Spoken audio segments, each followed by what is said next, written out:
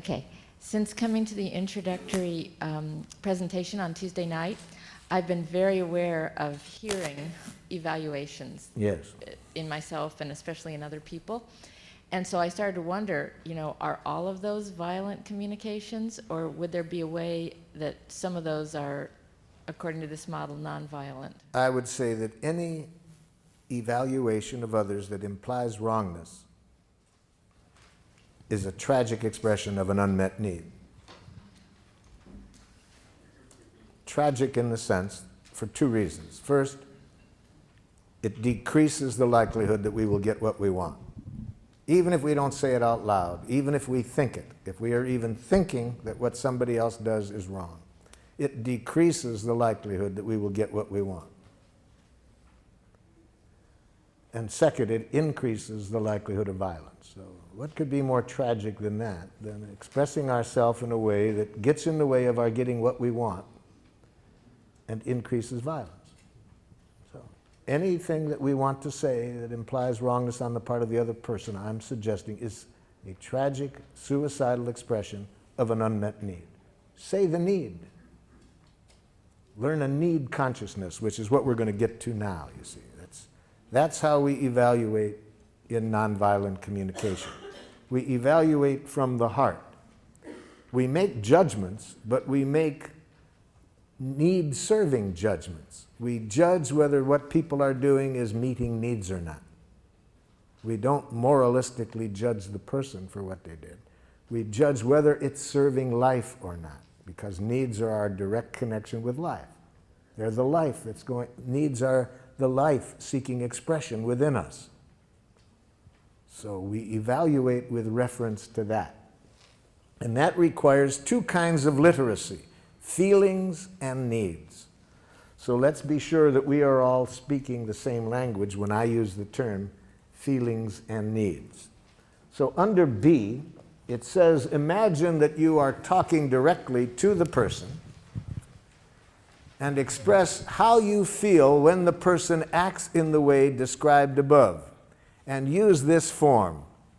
Again, we're talking to the other person, we're telling them now what they did, and we say, when you do this, I feel how? How do you feel when the person does what you wrote down under A? Write that down.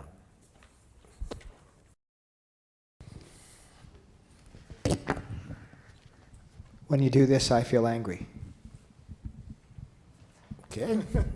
Anger is a feeling created by unnatural thinking. We'll get to that next.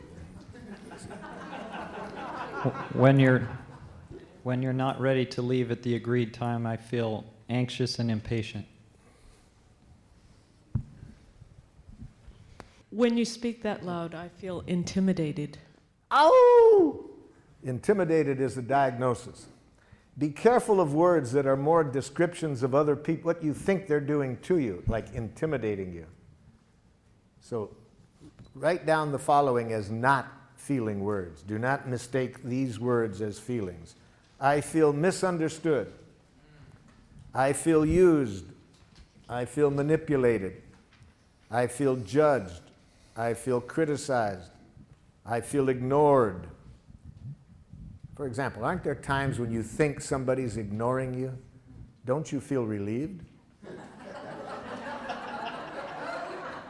And at other times, don't you feel angry? You see, so words like that really say very little about what's alive in you.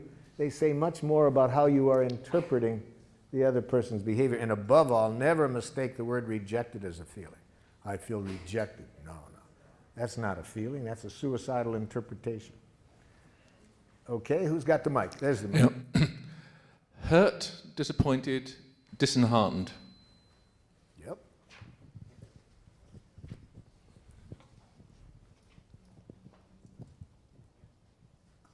Feel angry and betrayed. Angry, yes. Oh, for betrayed. Betrayed is one of those words like intimidated, ignored, misinterpreted, used, manipulated. It's more a diagnosis of the other person than a feeling. What about contracted? Contracted? If you mean tense and like that, okay, if it's that. When you call me up and speaking loudly tell me you're going to cut off funding, I feel angry and scared.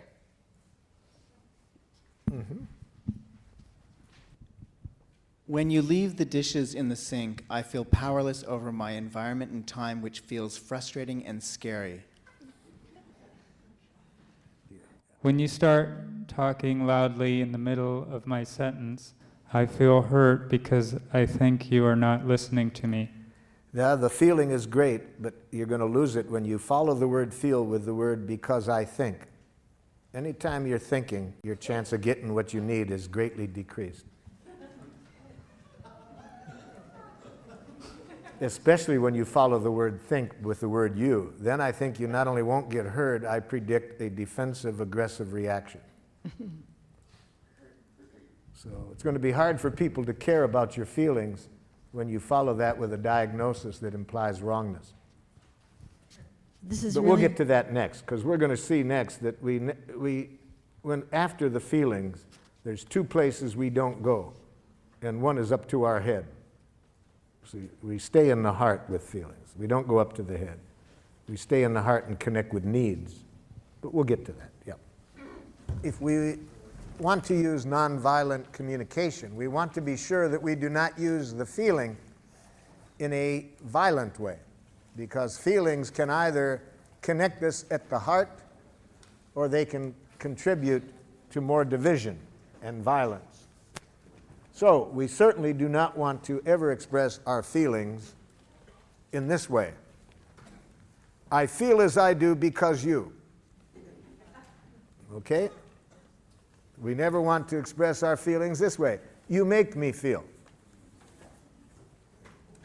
Now that will be a hard habit to get away from, because in a jackal culture, feelings are very instrumental to using guilt as a way of manipulating people. See, the way to manipulate people is if you can convince them that they make you feel as you do, then they should feel guilty and change, you see. So it's another form of this violent game. So, for example, if you are a parent and you want to use feelings in a violent way rather than a connecting way, you would express it this way. It really hurts me when you don't clean up your room. Okay? Or, you make me angry when you say that.